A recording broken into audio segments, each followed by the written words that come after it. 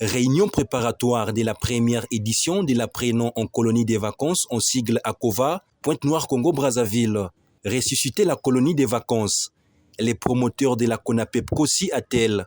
Sous l'impulsion de Claubert Ibinda, président national de la Convention nationale des promoteurs des écoles privées du Congo, les promoteurs membres immédiats du bureau exécutif et départemental de Pointe-Noire et Kouilou ont statué ce jeudi 27 juin 2024 à l'aire au siège sur la mise en œuvre des stratégies de la tenue de la COVA en sa première édition. Il ressort de cette retrouvaille que la colonie des vacances de la COVA, initiée par la CONAPEPCO, se tiendra du 16 juillet au 16 août 2024 et elle est ouverte à tous les élèves du Congo. Pour tout savoir sur la COVA, Média Plus Océan vous propose le point de Claubert Ibinda, président national de la CONAPEPCO. Bien, mais nous nous sommes retrouvés avec les promoteurs de Pointe-Noire, notamment les responsables qui dirigent la Convention nationale des promoteurs des écoles privées ici, pour justement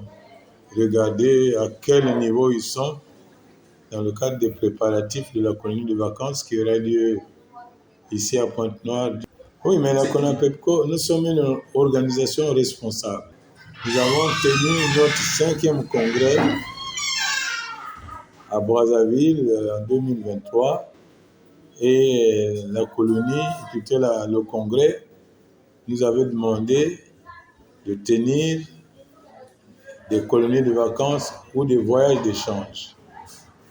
Et effectivement, pour cette année, au lieu d'organiser le 24e anniversaire, nous avons pensé organiser une colonie de vacances.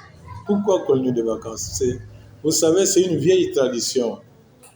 La colonie de vacances, c'est un moment de brassage, un moment de rassemblement des enfants. Cette année, nous avons pris ceux qui sont âgés entre 9 et 13 ans. Et la CONAPEPCO a pensé qu'il faut organiser sa première édition pour expérimenter. Certainement que si nous réussissons, nous pouvons réveiller l'État à prendre ces choses en main comme dans le passé. Mais Pointe-Noire est dans le Congo. On a choisi Pointe-Noire, ce n'est pas par hasard. C'est une ville, la deuxième ville du Congo. Étant donné qu'elle est la deuxième ville du Congo, nous donnons l'opportunité aux enfants de découvrir Pointe-Noire.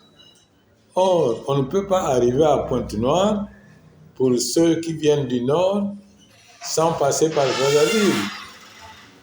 Donc, il faut qu'ils découvrent Brazzaville avant d'arriver à Pointe-Noire, qu'ils découvrent dans la Bouenza, par exemple, Madingu, Kayi, qui est l'une des villes qu'ils entendent parler, qu'ils découvrent Dolisie, qu'ils découvrent enfin Pointe-Noire.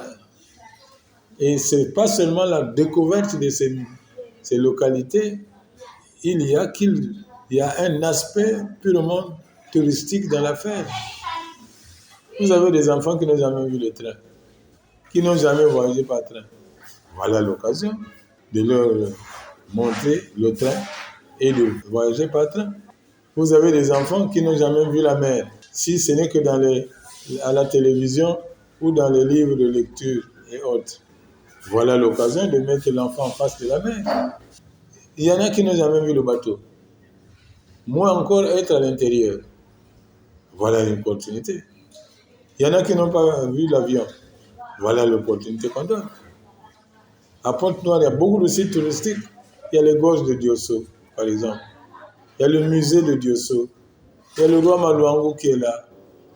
Qu'est-ce qui manque qui fera que les enfants, sur le plan touristique, puissent être très satisfaits? Mais ils n'auront pas que le tourisme à faire. Il y a d'autres activités. Pendant un mois, ces enfants-là vont être dans la joie. Ils vont apprendre certains petits métiers. Votre métier de journalisme, là. Il y en a des enfants qui doivent apprendre, ne fût-ce que les bribes, comment ils peuvent présenter un journal, comment ils peuvent animer une émission. Ça, c'est des éléments qu'on leur donne pour leur donner le goût. Comme ça, Ils pourront choisir d'être journalistes une fois devenus grands.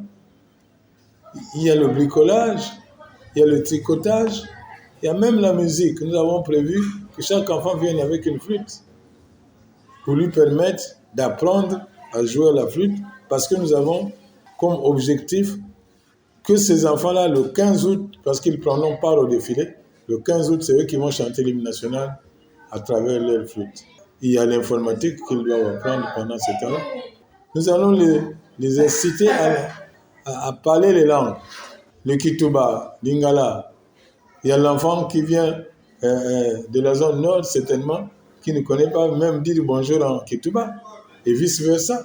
Voilà l'occasion que nous allons leur donner. Ici, d'abord, ce sont ceux qui sont affiliés à la CONAPEPCO qui ont le droit d'envoyer leurs enfants ou leurs petits-fils. Mais s'il y a un promoteur qui n'est pas affilié, il suffit qu'il contacte notre président départemental. Eh bien, je crois qu'il sera le bienvenu, on ne va pas le lui refuser. Tout ça là, c'est les enfants du Congo. Il y a, en dehors de ça, il y a un quota qui est réservé aux autorités politiques, aux autorités administratives aussi. Un élu, par exemple, d'une circonscription, peut sponsoriser 1 ou 2 enfants, les meilleurs de sa circonscription. Nous avons prévu un autre quota pour les enfants orphelins, qui n'ont pas de père, qui n'ont pas de mère, et ceux-là n'ont pas les moyens. Comment ils font? Mais nous les prenons en charge. Il y a un quota pour eux. Et nous avons instruit chaque département de regarder là où il peut avoir ce genre d'enfants, notamment dans les orphelinats. Mais c'est justifié, ne vous en faites pas. Il faut qu'on nous présente l'acte de décès du père et celui de la mère pour qu'on soit convaincu que l'enfant-là est orphelin. Mais au moins, on veut intéresser toute la jeunesse. C'est aussi notre partition puisque c'est l'année de la jeunesse. L'année de la jeunesse, la CONAPEPCO veut jouer aussi sa partition par cette manière, en organisant cet grand événement que nous supposons être appuyé par tout le monde. La stratégie, c'est d'abord mobiliser tous les membres de la CONAPEPCO, tous les promoteurs, parce que c'est eux, c'est leur événement à eux. Il faut donc qu'ils soient mobilisés, qu'ils soient sensibilisés. La deuxième étape, nous avons informé tous ceux qui sont sensibles. Ceux qui sont sensibles, j'ai déjà cité les autorités politiques et administratives qui peuvent être sensibles. Mais les parents devraient nous faire confiance. Nous ne sommes pas seuls dans l'affaire. Déjà, quand je parle de la caravane qui va quitter Ifondo pour passer par Ouesso, Owando, Oyo, Gamboma, Igné, Brazzaville, déjà à ce niveau-là, il y a une implication des responsables départementaux, donc des préfets et autres dans l'affaire. Et il n'y a que le gouvernement nous accompagne aussi dans cette affaire. Et du coup, si le gouvernement doit nous assister, la sécurité est déjà garantie. Et ils doivent nous garantir la sécurité de cet événement du début jusqu'à la fin. Déjà, le site que nous avons choisi est déjà quadrillé par la gendarmerie et la police. Mais ça ne nous suffit pas. Nous allons en même temps mettre à demeure des policiers qui doivent nous garder tous les jours. Il y a une autre sécurité sur le plan de l'assurance. Nous ne pouvons pas déplacer les enfants sans que les enfants ne soient assurés. Donc, il y a une compagnie d'assurance qui nous prend en charge. Les enfants seront assurés. Donc, que les parents ne craignent absolument rien de ce côté-là. Toutes les dispositions sont prises. Mais quelle est notre préoccupation? Nous voulons de l'accompagnement de tous. En premier lieu, vous les journalistes, vous les hommes des médias, aidez-nous à faire passer le message.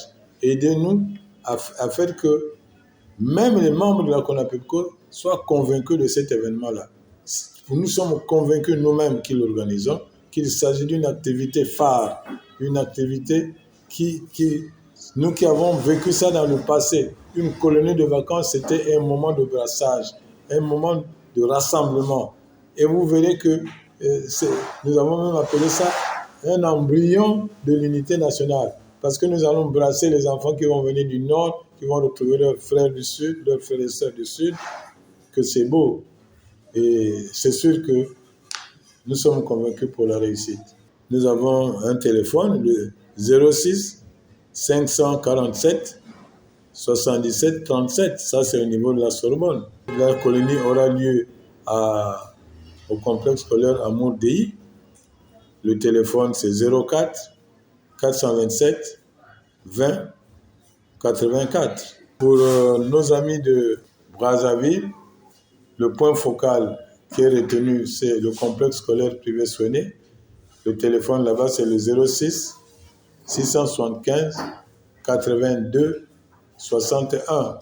À Doulizy, nous avons un point focal aussi. Le téléphone 06 565, je veux dire, 95 06.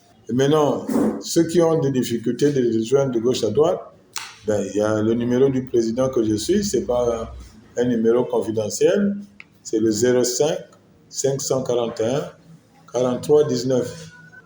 Tout parent intéressé par la colonie de vacances peut bien nous joindre. Nous allons lui donner toutes les informations nécessaires. Bravo à la CONAPEPCO pour la reprise de la colonie des vacances au Congo-Brazzaville. Et que vive la première édition.